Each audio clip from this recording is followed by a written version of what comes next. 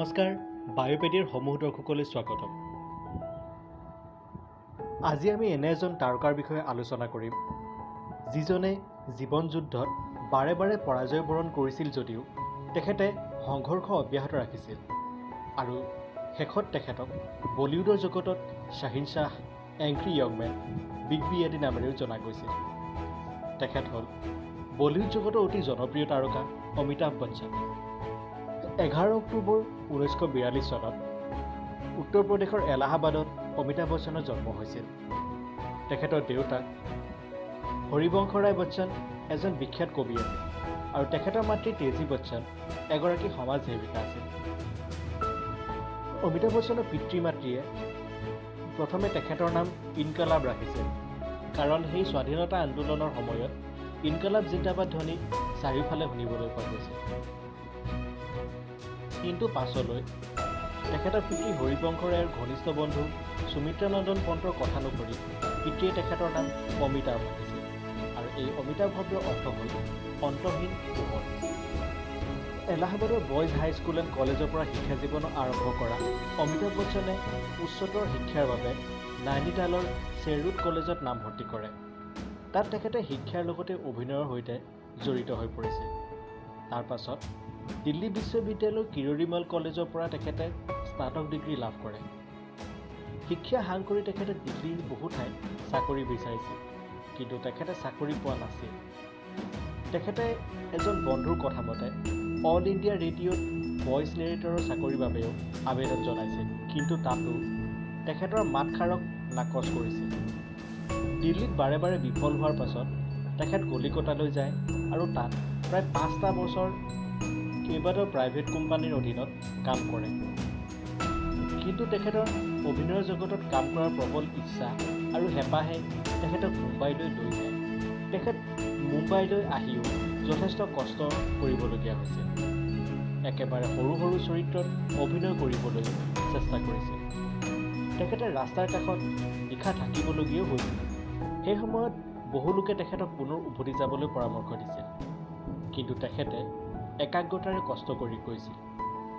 এসময়ত তেখেতৰ মাতষাৰ অল ইণ্ডিয়া ৰেডিঅ'ত নাকচ কৰিছিল, কিন্তু তেখেতে বলিউডৰ জগতত ভুৱন সোম নামৰ চিনেমাখনত এজন ভইচ নেৰেটৰ হিচাপে কাম আৰম্ভ কৰিছিল। 1969 চনত তেখেতে সাত হিন্দুস্তানী নামৰ চিনেমাখনত অভিনয় কৰি তেখেতৰ অভিনয় জীৱনৰ আৰম্ভ কৰিছিল।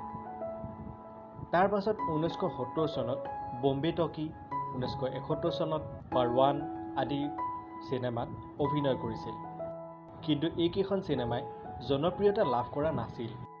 পাছত ৰাজেশ খান্নাৰ সৈতে আনন্দ চিনেমাখনত অভিনয় কৰিবলৈ তেখেতে সুবিধা লাভ কৰিছিল আৰু এই চিনেমাখনৰ জৰিয়তে তেখেতে নিজৰ অভিনয়ৰ যোগেদি ৰাইজৰ মন মুহিব পাৰিছিল।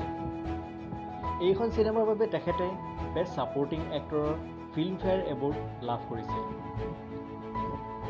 এনেদৰে তেখেতে এখন দুখনকৈ চিনেমাত অভিনয় কৰি 13খন চিনেমা সম্পূৰ্ণ হোৱাৰ পাছত জঞ্জীৰ চিনেমাখনত অভিনয় কৰে আৰু এইখন চিনেমাৰ পৰাই তেখেতে ছুপাৰষ্টাৰলৈ পৰিণত হয়। তাৰ পাছত আদালত, আমৰ আকবৰ এন্থনীৰ দৰে চিনেমাৰ জৰিয়তে তেখেতে অধিক জনপ্ৰিয়তা লাভ কৰে, কিন্তু তাৰ মাজতে তেখেতৰ জীৱনত ঘটে এক অঘটন। 26 জুলাই 1982 চনত তেখেতে কুলি চিনেমাখনৰ শ্বুটিং কৰি থকাৰ সময়তে তেখেত গুৰুতৰভাৱে আঘাতপ্ৰাপ্ত হয়, কিন্তু তেখেতৰ কোটি কোটি অনুৰাগীৰ প্ৰাৰ্থনাৰ ফলত তেখেতে পুনৰ সুস্থ হৈ পৰিছিল আৰু 1983 চনত তেখেতৰ কুলি চিনেমাখনে যথেষ্ট জনপ্ৰিয়তাও অৰ্জন কৰিছিল। তাৰ পাছত 1984 চনত তেখেতে ৰাজনীতিৰ পথত আগবাঢ়িছিল আৰু এলাহাবাদৰ পৰা সাংসদ হিচাপে নিৰ্বাচিত হৈছিল, কিন্তু তেখেতে ৰাজনীতিত বেছিদিন থাকিব নোৱাৰিলে। 1988 চনত তেখেতৰ শ্বাহিনশ্বাহ চিনেমাখনে জনপ্ৰিয়তা লাভ কৰিছিল, কিন্তু তাৰ পাছৰ কেইবাখনো চিনেমা সন্তোষজনক নাছিল। কিন্তু 2000 চনত মোহাব্বতে চিনেমাখনে জনপ্ৰিয়তা লাভ কৰিবলৈ সক্ষম হয়। তাৰ পাছত তেখেতে কৌন বনেগা কৰ'ৰপতি শ্ব'টোৰ জৰিয়তে টেলিভিছনৰ জগতত এক নতুন যুগৰ সূচনা কৰিছিল। 1973 চনত তেখেতে জয়া ভাদুৰীৰ সৈতে বিবাহপাশত আবদ্ধ হৈছিল। তেওঁলোকৰ অভিষেক বচ্চন নামৰ এক পুত্ৰ সন্তান আৰু শ্বেতা বচ্চন নামৰ এগৰাকী কন্যা সন্তান আছে। এসময়ত অল ইণ্ডিয়া ৰেডিঅ'ত নাকচ কৰা জীৱনৰ প্ৰতিটো মুহূৰ্তত বিফলতাৰ সন্মুখীন হোৱা ব্যক্তিগৰাকী আজি জনপ্ৰিয়তাৰ আশা। তেখেতৰ জীৱনত যথেষ্ট উত্থান পতনৰ সন্মুখীন হৈছিল, কিন্তু প্ৰতিটো ক্ষণত প্ৰতিটো মুহূৰ্তত তেখেতে সাহসেৰে যুঁজ দিছিল আৰু আত্মবিশ্বাসেৰে আগবাঢ়ি গৈছিল। তেখেতে চিনেমাৰ জগতত 100ৰো অধিক সন্মান প্ৰদান কৰা হৈছিল। তাৰোপৰি তেখেতক পদ্মশ্ৰী, পদ্মভূষণ, পদ্মবিভূষণ আৰু দাদা চাহেব ফাল্কে বঁটা প্ৰদান কৰা হৈছিল। তেখেতৰ জীৱনৰ প্ৰতিটো মুহূৰ্ত আলোচনা